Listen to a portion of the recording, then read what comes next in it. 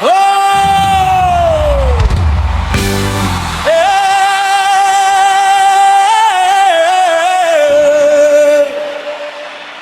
Familia bolingo esengo Nzambe ayebi lobi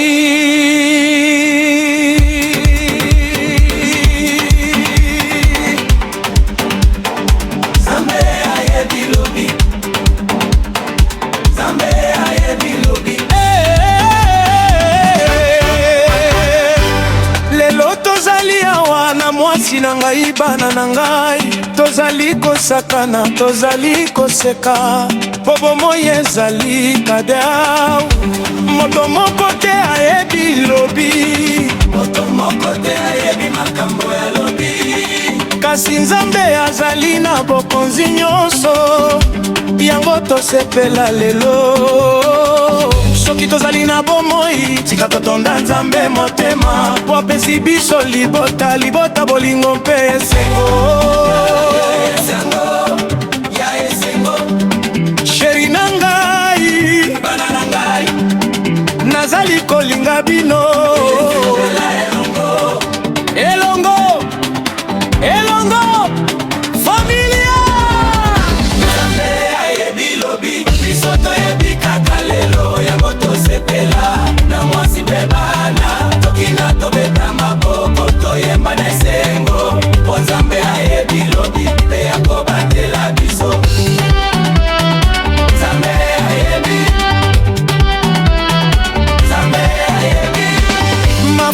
Mon amour, tu es la lumière de ma maison. Quand je vois ton sourire, mon cœur chante une chanson. Mes enfants, mes trésors, vous êtes ma plus grande richesse. L'argent peut disparaître, mais l'amour reste sans cesse. Alors ce soir, célébrons, dansons jusqu'au matin. Car chaque instant passé ensemble est une bénédiction divine. Guitare, violon et imagination.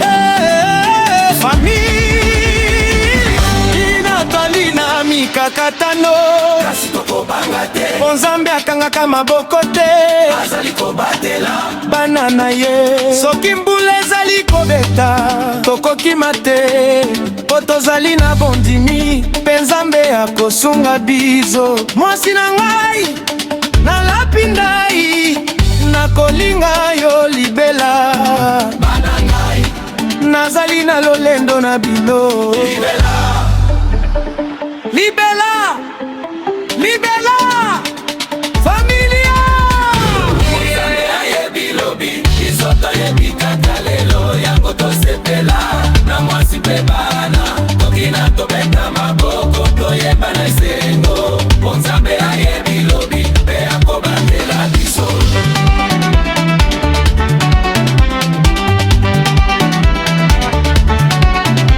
Ne vivons pas dans la peur car demain appartient à Dieu.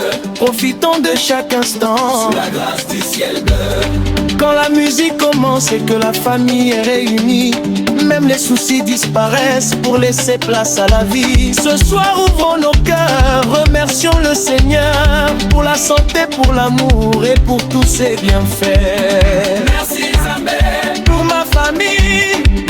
Merci Seigneur pour mes enfants. Merci Nzambe pour mon épouse. Merci Nzambe, merci Nzambe. Soki lobi ekoya tokoyamba yango na esengo. Nzambe asalaki nzela liboso na biso.